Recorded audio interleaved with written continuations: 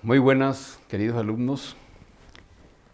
Continuamos con las fuentes, las obligaciones y esta vez vamos a desarrollar contratos consensuales. Los contratos consensuales, el contenido programático es bien clarito. Tiene a su vez, hemos desarrollado la vez pasada los contratos reales y ahora vamos a desarrollar los contratos consensuales. Verbis, literis y re.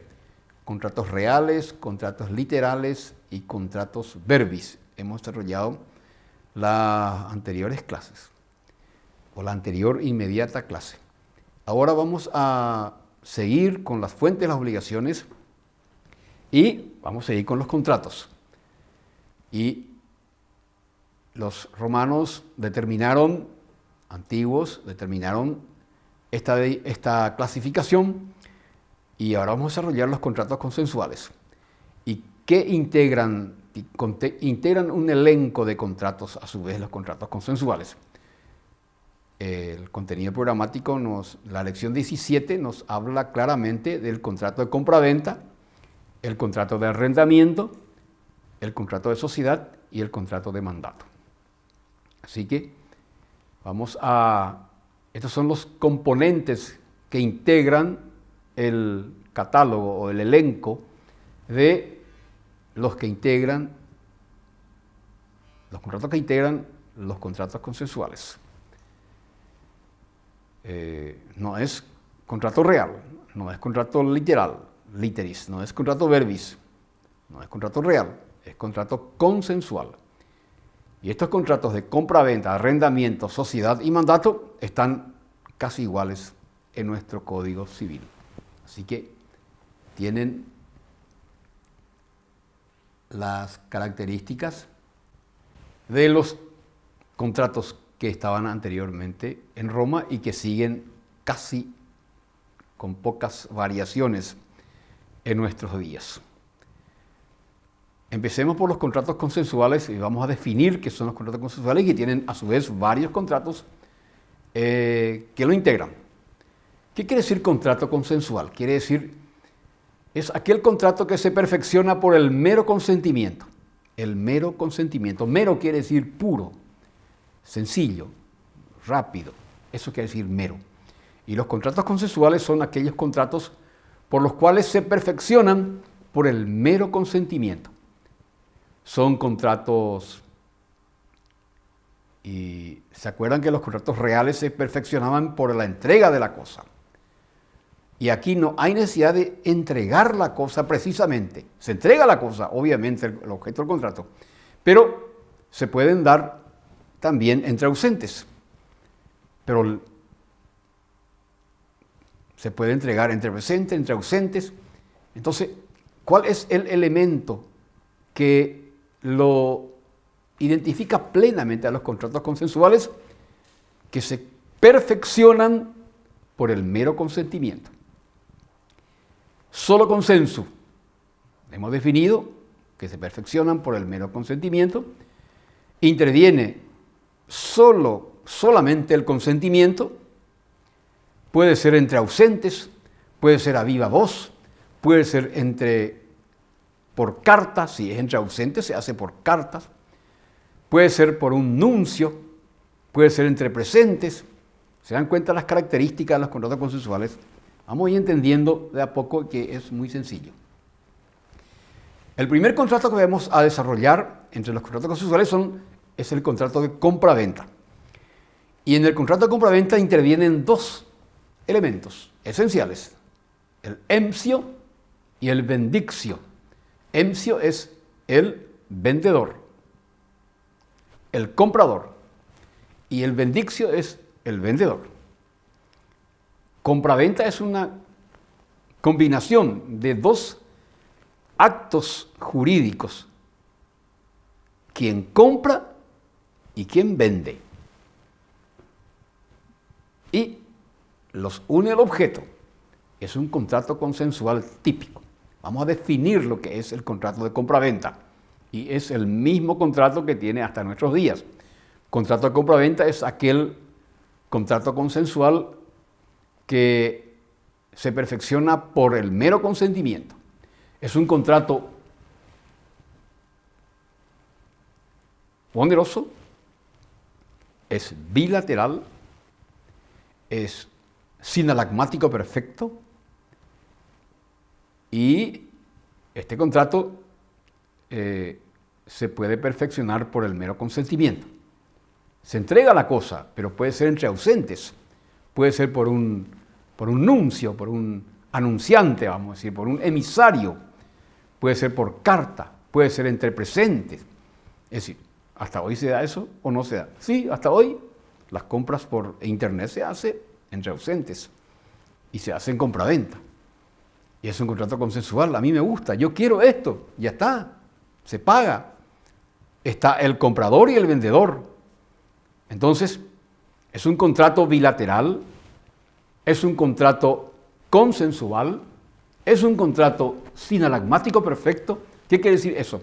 Ambos tienen las mismas obligaciones en forma directa.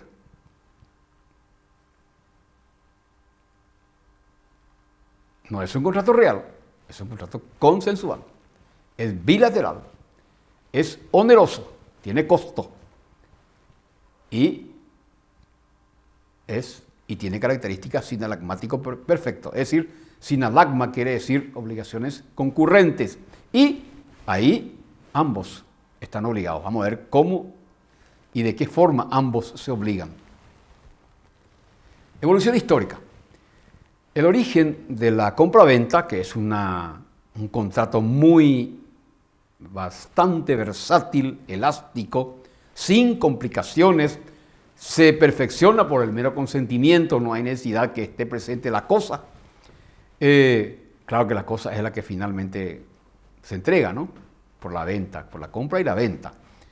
Y tuvo su origen no en Roma, sino de origen de la jus gentium, es decir, de las leyes o del derecho que utilizaron los pueblos que estaban aliados a Roma. Y Roma la percibió, la recepcionó y la usó y la evolucionó sin problema, y la compraventa se constituye como uno de los contratos más versátiles que existe desde que apareció en aquella época, en la época del Imperio Romano, y sigue, y constituye uno de los contratos más importantes que existe en el mundo de los negocios jurídicos, porque es sinalagmático perfecto, es decir, concurren obligaciones recíprocas, tanto del comprador como del vendedor. Y el punto del detalle que llama la atención en la compraventa romana es que el comprador no se obligaba de manera directa a transferir la propiedad, sino solo procurar al comprador la libre posesión de la cosa. ¿Por qué? Porque en Roma solamente podían ser propietarios los ciudadanos romanos. Entonces, como era de origen de la jus gentium, de los pueblos que conformaban en su conjunto como aliados del Imperio Romano, no eran propietarios en sí, sino le debía procurar y garantizar la libre posesión de la cosa. Y después, dentro de Roma, en un lapso de tiempo, se convertía en propietario por la usucapión. Hoy en día inmediatamente se hace propietario el comprador de una cosa, ¿no? En Roma no era ese trámite de inmediatamente propietario. Pero lo mismo, tenía los mismos efectos jurídicos. ¿Por qué? Porque el vendedor estaba obligado a garantizarle la libre posesión sin que nadie le moleste. Elementos de la compraventa. El merx y el precium. Merx es la mercancía, un elemento esencial.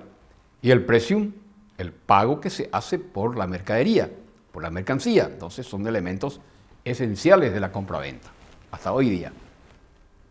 Obligaciones del vendedor en Roma. ¿Cuáles eran las obligaciones del vendedor? Entregar la cosa vendida, primerito, ¿no? Por supuesto. Garantizar al comprador de la evicción, velar por la conservación de la cosa y garantizar al comprador en la posesión pacífica y duradera. Entregarle la cosa, garantizarle la posesión pacífica y duradera y garantizar al comprador de la evicción. Ustedes ya saben qué quiere decir evicción. Ya no vamos a repetir porque ya hemos hablado muchísimo sobre lo que es la evicción. Pero vamos a repetir brevemente otra vez. La evicción es el derecho que tiene el comprador de tener la cosa, la posesión pacífica de la cosa sin que nadie lo moleste. Y si alguien le moleste, le turba, dice esto es mío y se va a la justicia, entonces el comprador tiene la obligación de ir a defenderle al comprador. El vendedor tiene la obligación de defenderle en el juicio, porque la evicción es una defensa en el juicio. Hasta hoy día están en todos los contratos la garantía de la evicción. Y por sobre todo velar por la conservación de la cosa. No puedes venderle una cosa que esté con vicios ocultos. Riesgo de la compraventa. Si perece por caso fortuito, carga con la pérdida el comprador. Si perece por caso fortuito, carga con la pérdida el comprador. Por supuesto, está llevando, ya pagó. Está llevando un cuadro, una estatua de mármol que le costó un año trabajar al artista en la Roma antigua. Esas hermosas estatuas veteadas, rosadas de mármol. El comprador ya pagó. Pero cuando estaba llevando se produce un terremoto y cae y se rompe.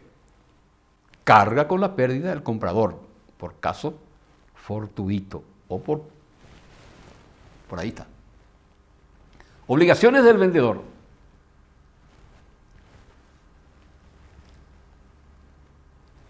Evicción. La evicción es quitar la cosa en virtud de una decisión judicial. O sea, tiene que haber un problema judicial. El marco, el escenario de la evicción siempre tiene que ser un proceso de una cosa litigiosa. Condiciones. El comprador debe ser turbado de la posesión pacífica. Alguien viene y le turba. Turbar quiere decir que le está molestando. Tiene que haber una orden por sentencia o resolución judicial.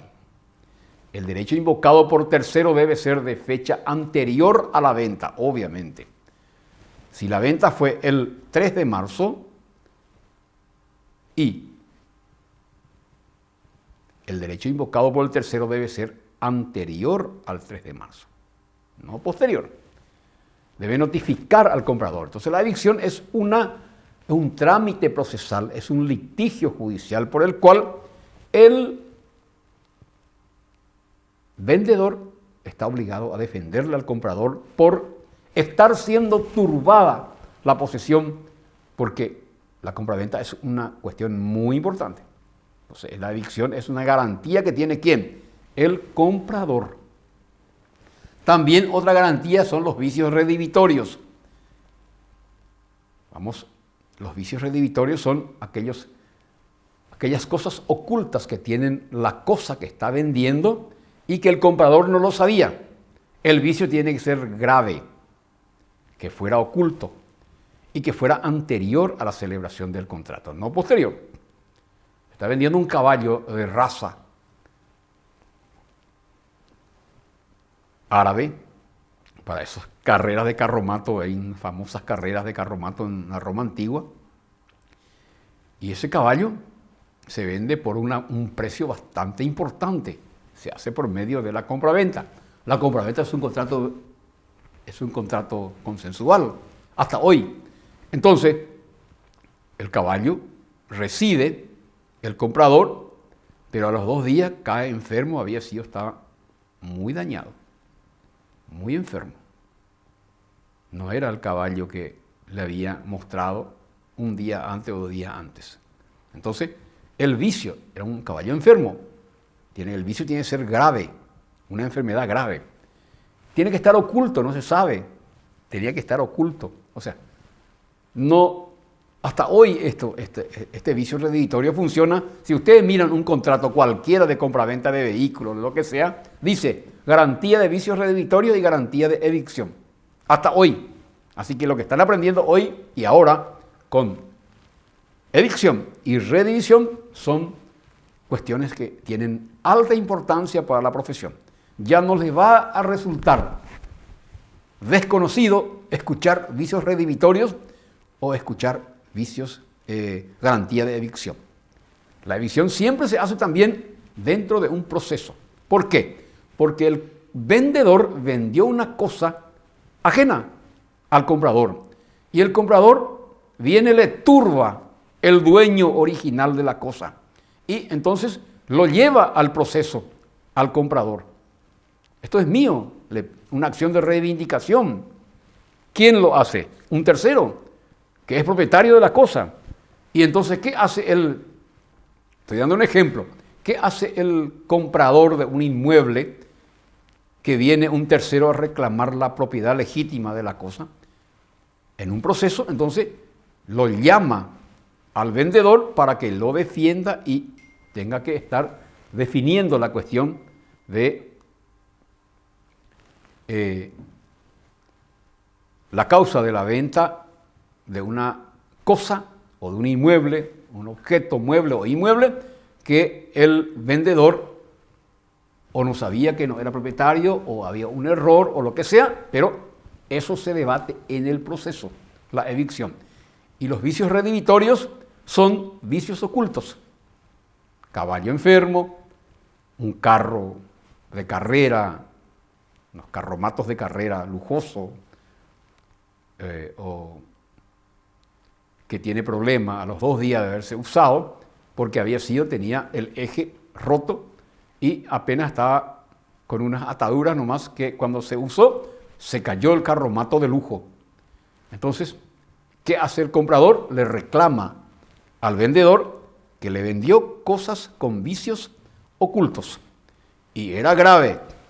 Y porque si le ofrecía y le contaba que tenía un componente débil, el aparato o la máquina, entonces no iba a pagar el precio, iba a conseguir la reducción.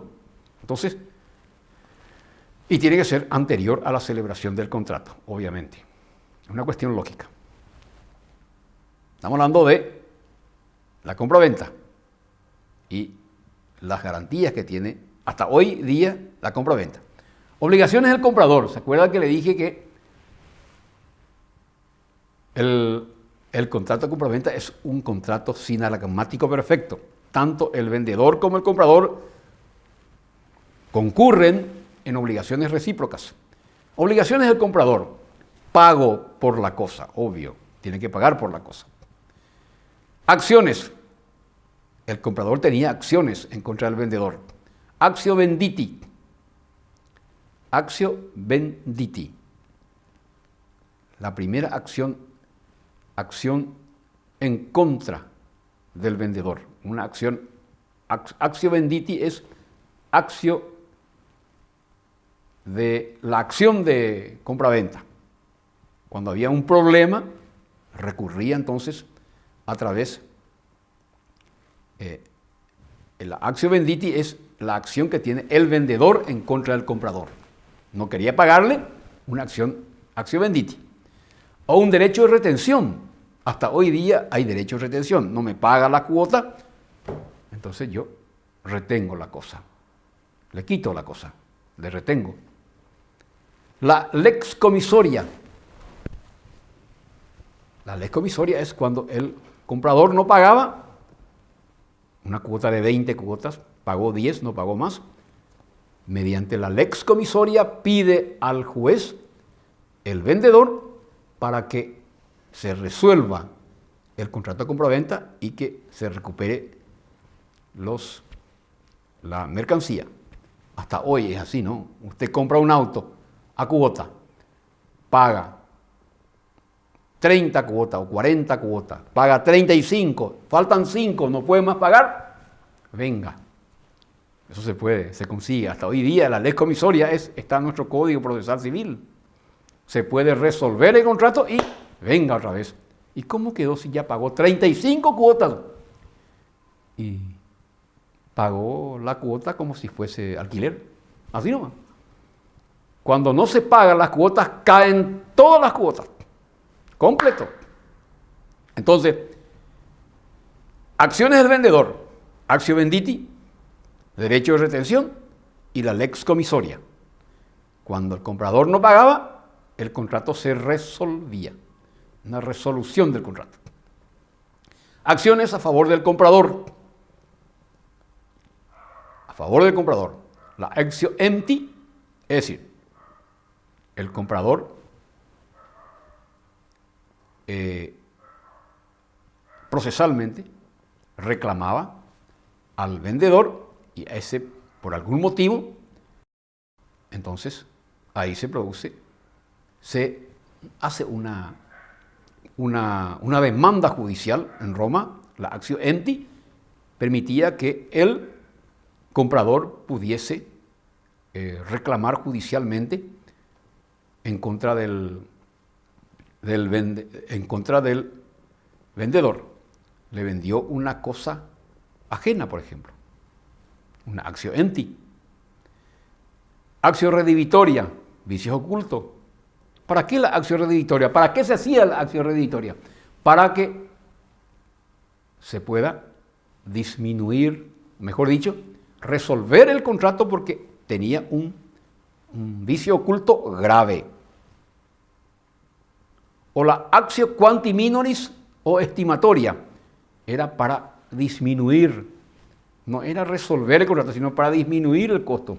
Si le vendió por 10.000 sestercios un carro lujoso de carrera, encontró que tenía un problema de eje, entonces él puede conseguir por la actio quanti minoris o estimatoria una reducción a 5.000. ¿Se dan cuenta cómo funcionaban las cosas? Entonces, el vendedor tenía la actio venditi, el derecho de retención y la lex comisoria, hasta hoy día. El comprador tenía la actio empti, la actio redivitoria y la actio quanti minoris o estimatoria. Quanti minoris es menor precio, quiere decir quanti minoris. Bueno, ya salimos del contrato de compraventa.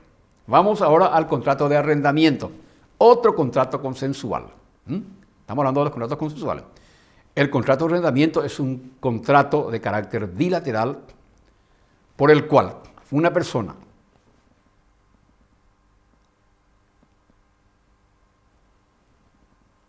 arrendante entra en relación comercial con un arrendatario a fin de entregarle una cosa o un precio o un servicio, una cosa o un servicio, alguna actividad que podía generar una cuestión onerosa. Es un contrato unilateral, mejor dicho, es un contrato bilateral, sinalagmático, imperfecto. Es un contrato de carácter oneroso. ¿Por qué sinalagmático imperfecto? Porque alguien tiene más responsabilidades, más obligaciones. Era oneroso, bilateral, consensual, obviamente, estamos hablando de los contratos consensuales, y podía entregarse cosas, o usar cosas, o entregar cosas. Entregar cosas, o usar cosas, o usar, aprovecharse del servicio. Tenía precio y era de mero consentimiento. Clases de arrendamiento. Las clases de arrendamiento que se tenía era arrendamiento de cosas, rey, arrendamiento de cosas, rey, arrendamiento de servicio y arrendamiento de obras. 3 derivaciones tiene el contrato de arrendamiento. Arrendamiento de cosas como la arrienda bueyes, la arrienda carros, la arrienda una fábrica de aceite, de arrienda. Hasta hoy existen esas cosas, de arrendamiento hasta ahora hay. O tierra, arrendamiento de tierra. También se hace arrendamiento de servicio. Hasta hoy se hace arrendamiento de servicio, que es el operatum, un equipo de personas que hacen limpieza o pintura o construcción. Se hace un contrato de arrendamiento en Roma. O el arrendamiento de obras, operis, cosas específicas, obras, servicios y cosas. Es la división de arrendamiento. Cosas, servicios y obras.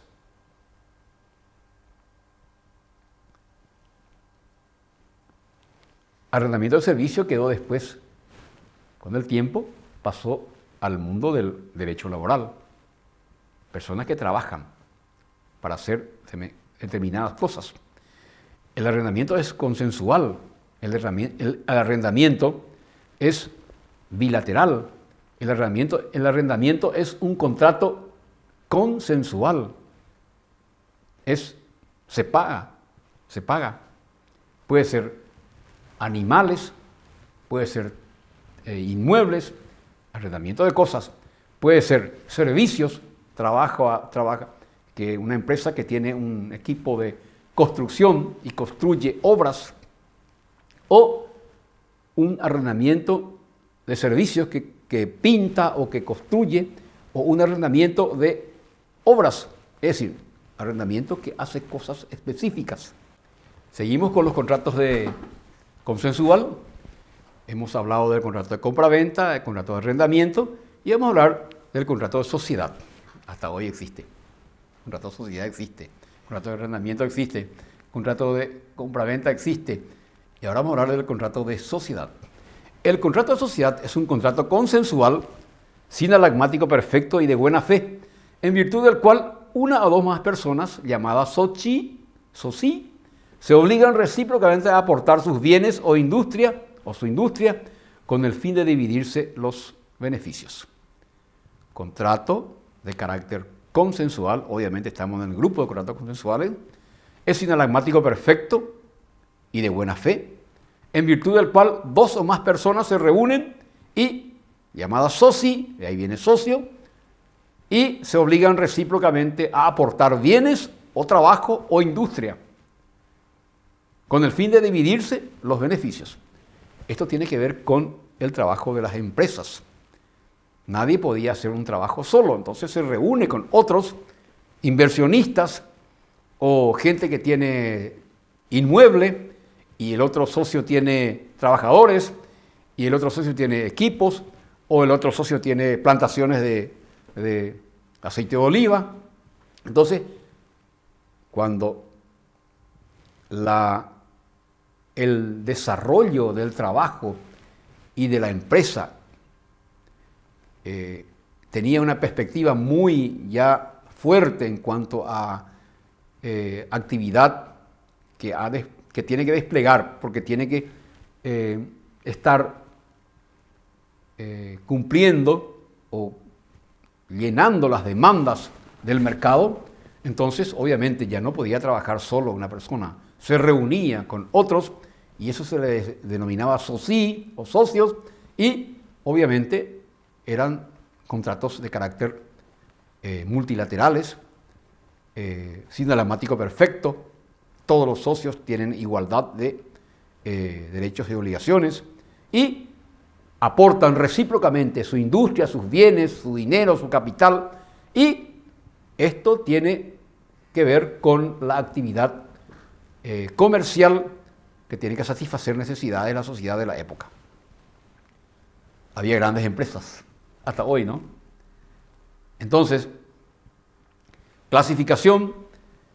Las sociedades se clasificaban con propósito de lucro o no. Había sociedades que no eran de lucro.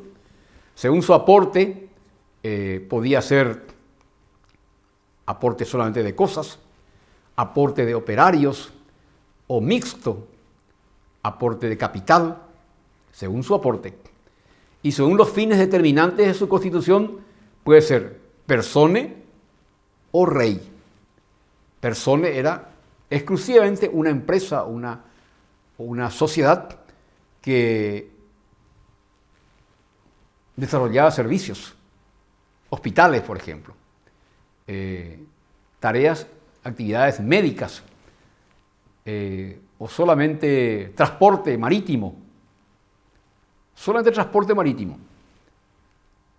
y arrendaba buques de otro, pero ya no eran socios, arrendaban, esa sociedad arrendaba buques, pero había también que eran personas, o sea, solamente compuesto por servicios de personas humanas, y también al mismo tiempo tenían buques o tenían plantaciones. Entonces, persone sola o rey solo o combinado, mixto.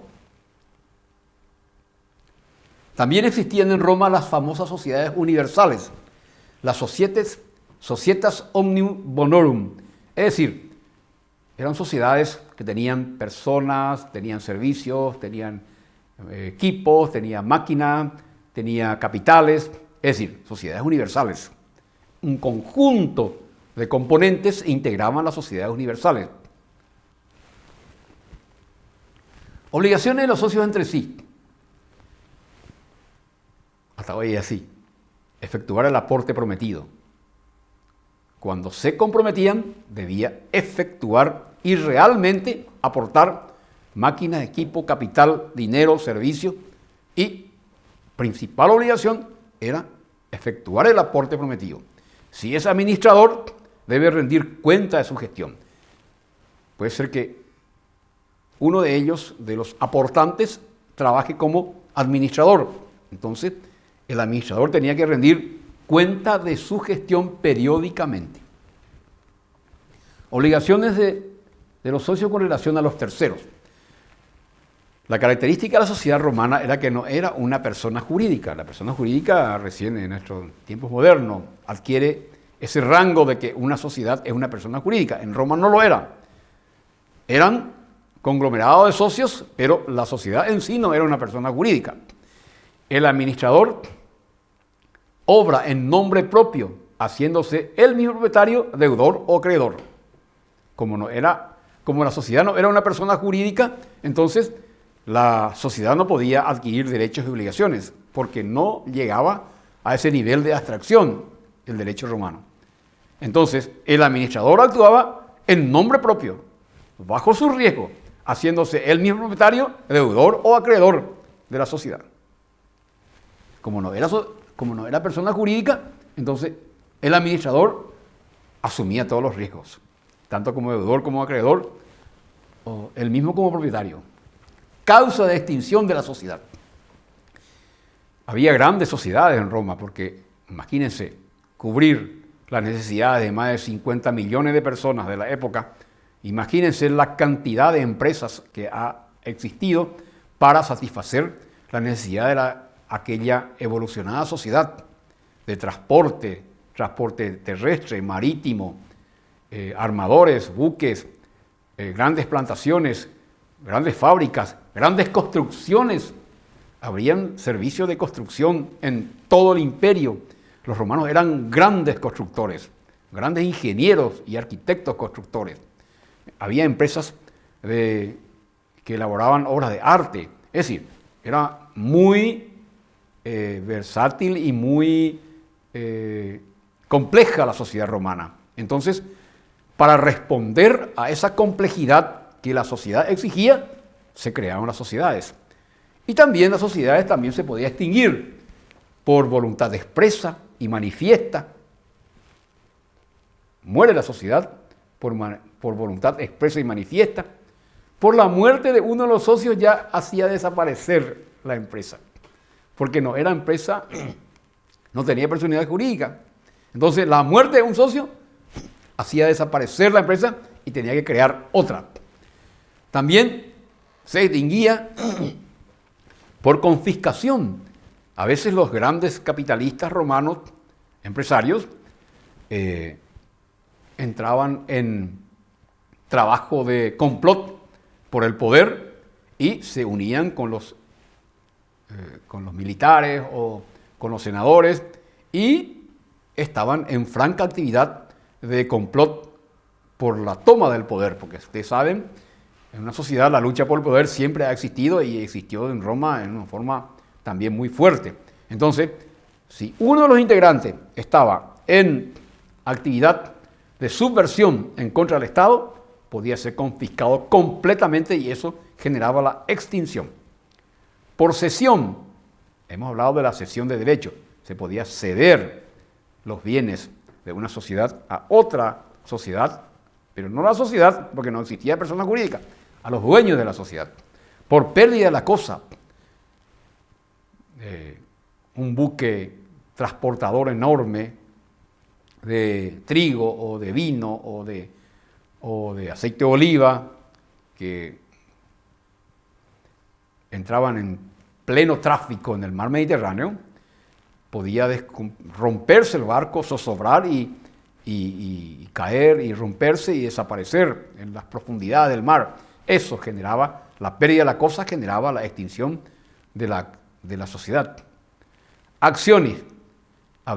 Cuando había problemas entre socios, actio pro soci, entonces se reclamaban judicialmente cuando había algunas fallas o algunas defecciones entre los socios, de los socios entre sí.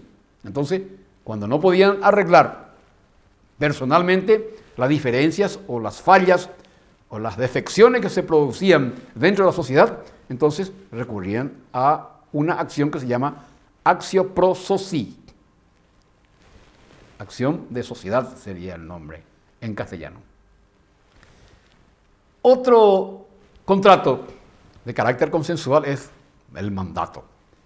El mandato es un otorgamiento de poder que una persona podía dar a otra para realizar actividades comerciales, actividades jurídicas, actividades financieras.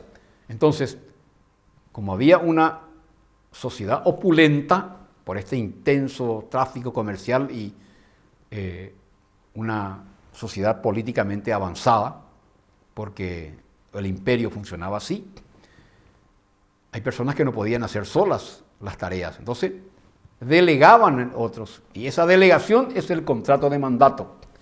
El contrato de mandato es un contrato de carácter bilateral, es un contrato consensual, es un contrato de buena fe, no es de estricto derecho, es un contrato sinalagmático imperfecto porque uno de ellos tenía más obligaciones, especialmente el mandatario tenía más obligaciones porque es el que realizaba el trabajo, pero había obligaciones compartidas, pero uno estaba más obligado.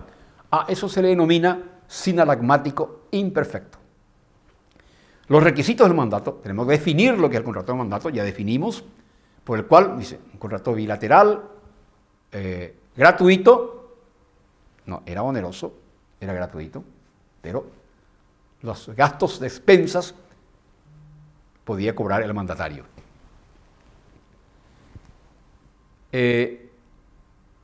Sinalagmático imperfecto, por el cual una persona denominada mandante delegaba a otra, denominada mandataria, para realizar determinadas actividades comerciales, judiciales, artísticas, financieras, por el cual entonces debía rendir cuenta periódicamente al mandante. Hasta hoy existe.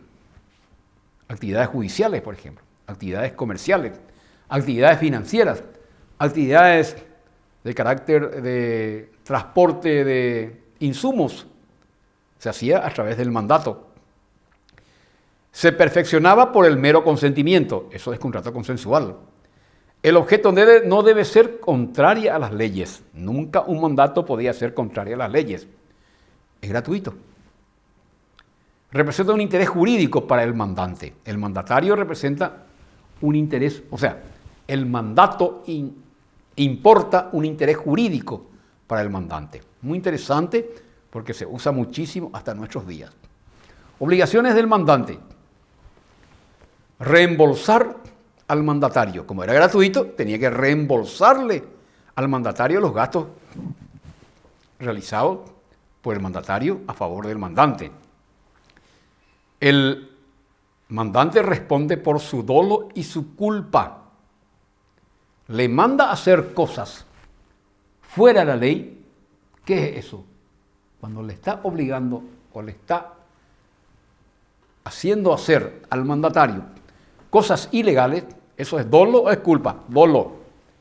Y culpa es cuando no le cuenta todos los detalles del mandato y hubo una negligencia de parte del mandante y el mandatario falla. Entonces, él debe responder por su culpa. ¿Quién? El mandante. Obligaciones del mandatario, el que hace la tarea financiera, comercial, transporte de insumos, transporte de productos para la alimentación, ejecutar el mandato, obvio, ejecutar el mandato, responde por su dolo y toda su culpa. El mandatario puede dedicarse a actividades que no está prevista en el mandato y engañó al mandante. Responde por su dolo. Y también responde por toda su culpa. ¿Qué quiere decir eso? El mandatario debe hacer el trabajo lealmente, con diligencia, con conocimiento, con responsabilidad. Entonces, si no es diligente, es negligente, hace con desidia, no cumple las actividades que un buen mandatario tiene que cumplirlo, responde por su culpa. Debe pagar eso. Eso quiere decir, cuando dice responde por su dolo, tiene que pagar el doble o el triple. Por su culpa, el doble. ¿A quién? Al mandante. Rendir cuenta y entregar lo que haya recibido. Es sentido común, señores. Rendir cuenta y entregar lo que haya recibido. ¿Es gratuito el contrato de mandato? Sí, es gratuito. Pero el mandante tiene que reembolsar al mandatario los gastos realizados por su trabajo. Causa de extinción del mandato, por expiración del mandato. Expira, quiere decir, está para una determinada fecha o para una determinada labor. ¿Termina eso? Termina el mandato. Por consentimiento mutuo, se ponen de acuerdo, no se quieren más, mandatario y mandante, termina. Por renuncia del mandatario, renuncia al mandatario. Por renuncia del mandante, no quiero que estés más conmigo, le dice, y revoca el mandato. Por muerte del mandatario o del mandante, por muerte. Muy bien, seguimos. La unidad 18, que está en el programa, vamos a muy importante, esta unidad muy importante, muy profesional, como la anterior. Entonces esto nos entusiasma también para estudiar bien derecho romano. Vamos a hablar de los cuasicontratos. ¿Qué son los cuasicontratos? Estamos hablando ¿de qué estamos hablando? Estamos hablando de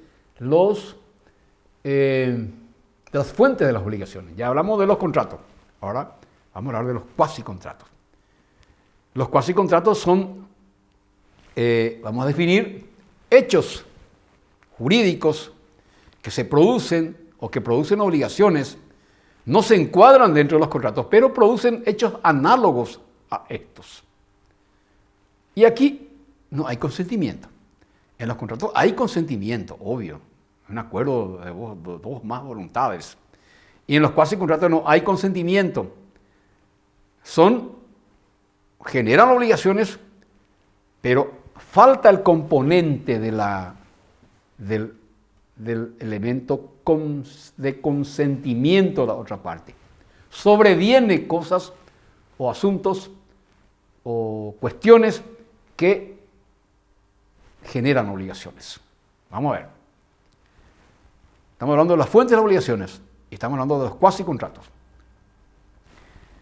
Tenemos las siguientes formas de cuasicontrato: la gestión de negocio ajeno, la communia incidens, la comunidad incidental que le llaman, el enriquecimiento sin causa y el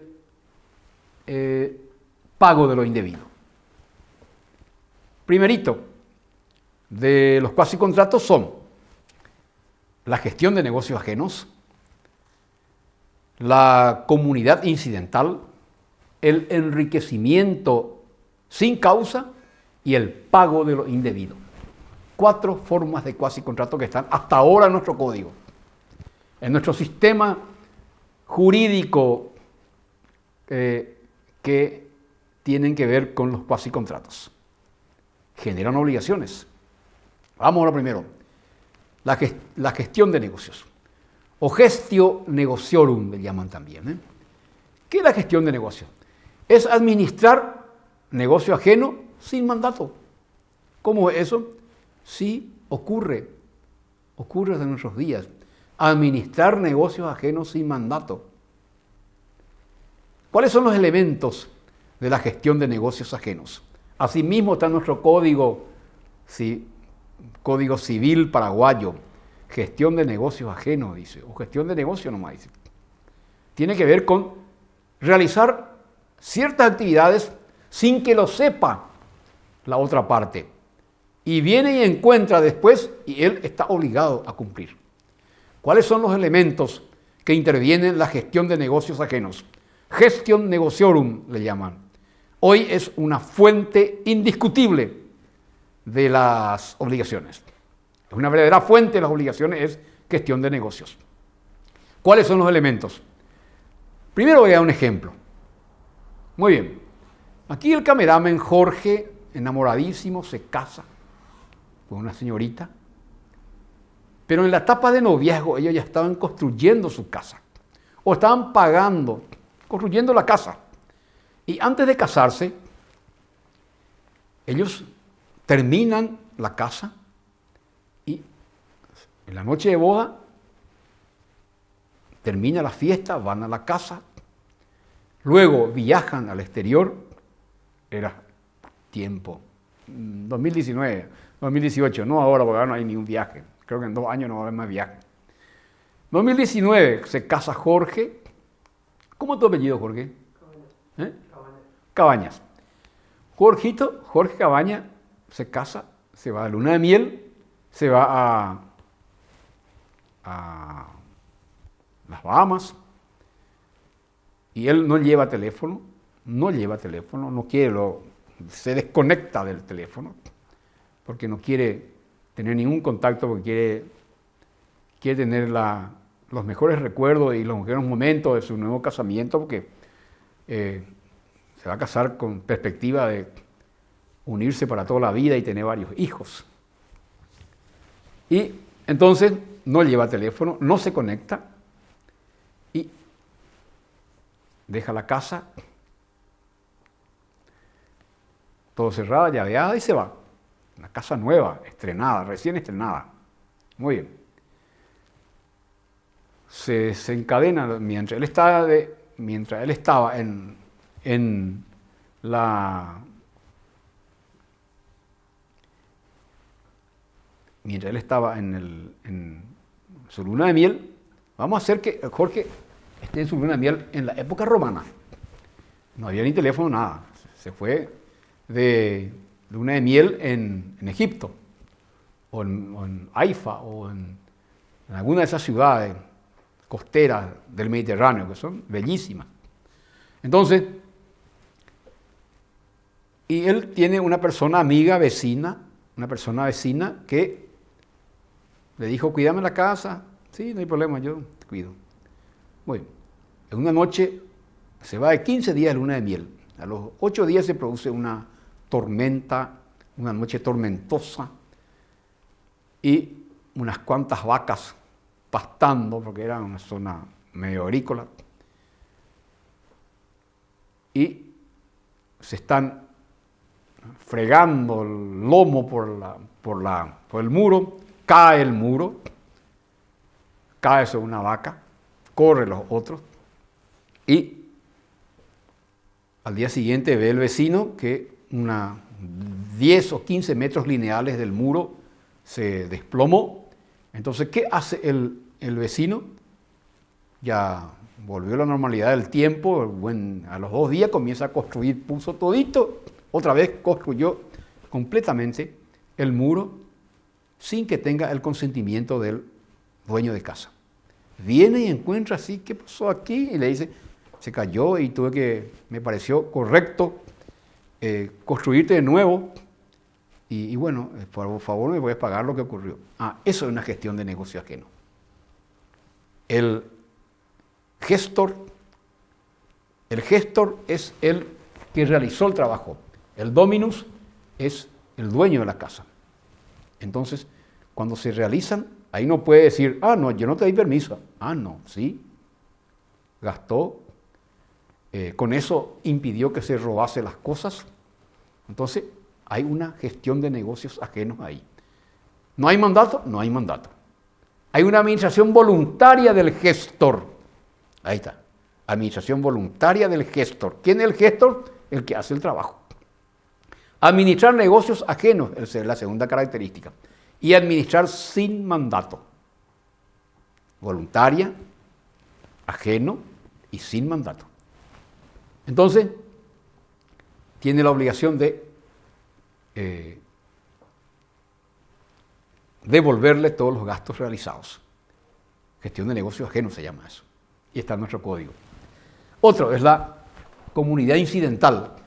Administrar negocio ajeno, mejor dicho, derechos comunes entre varias personas. Es la communio incidens o comunidad incidental, donde se dan derechos comunes entre varias personas. En la sucesión, en la donación, se dan casos de estas situaciones. ¿Cuáles son las acciones? Por ejemplo, en la sucesión, fallece el dueño de la cosa, quedan 3 herederos y deben, en ese lapso en que lleva un tiempo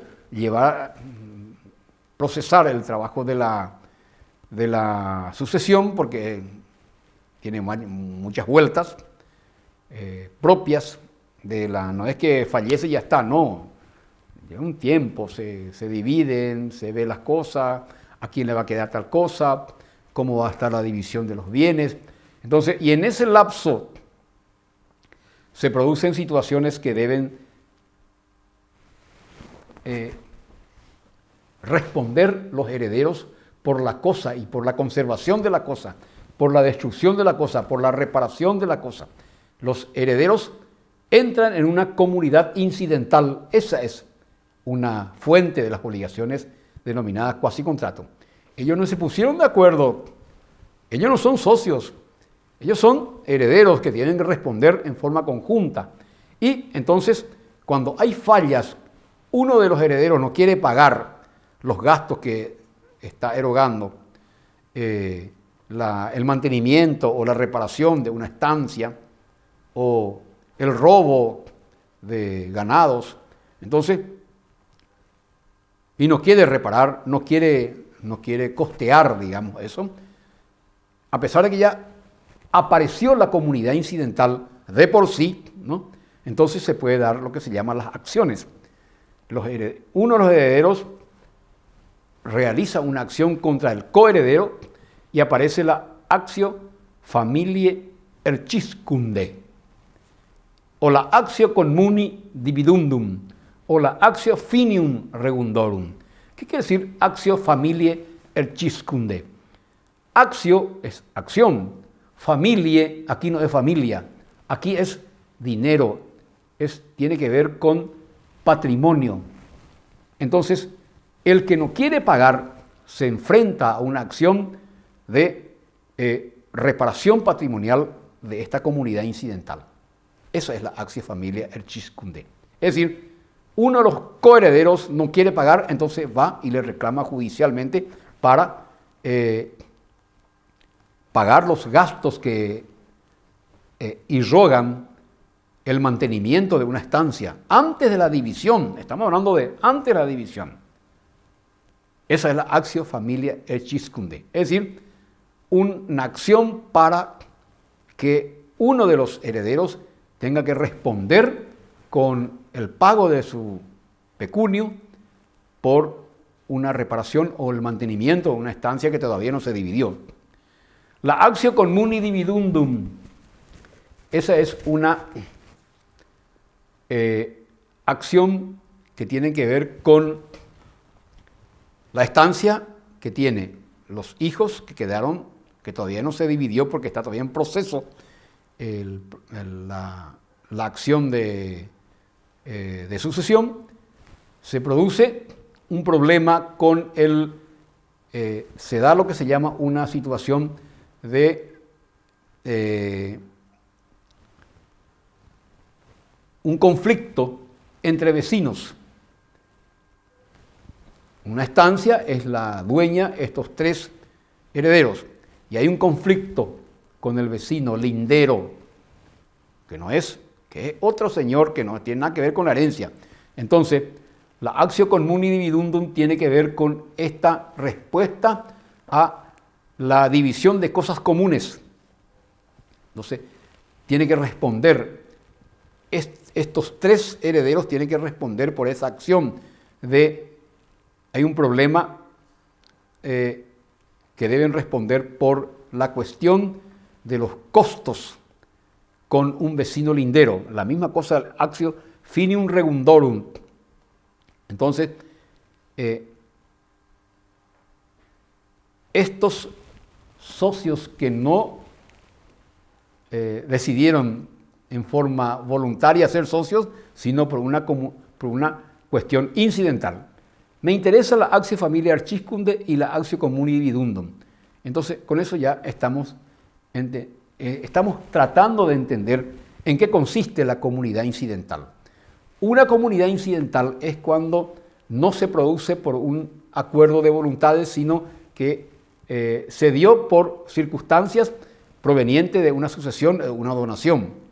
Y los que están beneficiados con la sucesión deben responder por los gastos que se dan con la cuestión de la actio familiae arciscunde o por la actio communi dividundum. Pago lo indebido. Estamos siempre hablando del la tercera forma de un cuasi contrato, que es el pago de lo indebido. Este es más sencillo. Cuando una persona recibe pago por una cosa que no se debe, por lo cual la persona se obliga a restituirla, nace de un cuasi contrato. Un romano va a pagar la deuda mensual al acreedor y el deudor, el pagante, paga una suma gruesa mensual, que sería de 2.000 sestercios o 10.000 sestercios. En vez de dar